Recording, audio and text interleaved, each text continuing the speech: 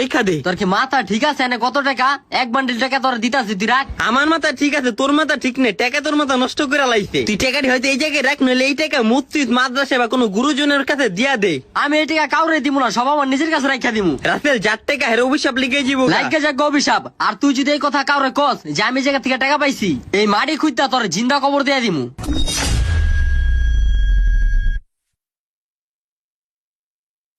শুনলি না রে তুই রাসেল, তুই শুনলি না আমার কথা?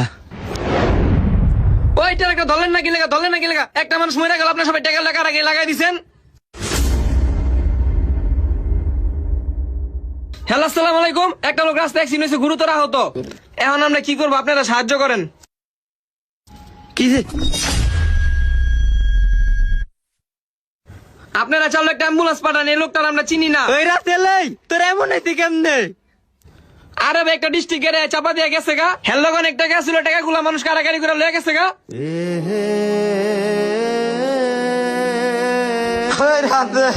আপনি কি চিনেন ওনারা? চিনেন?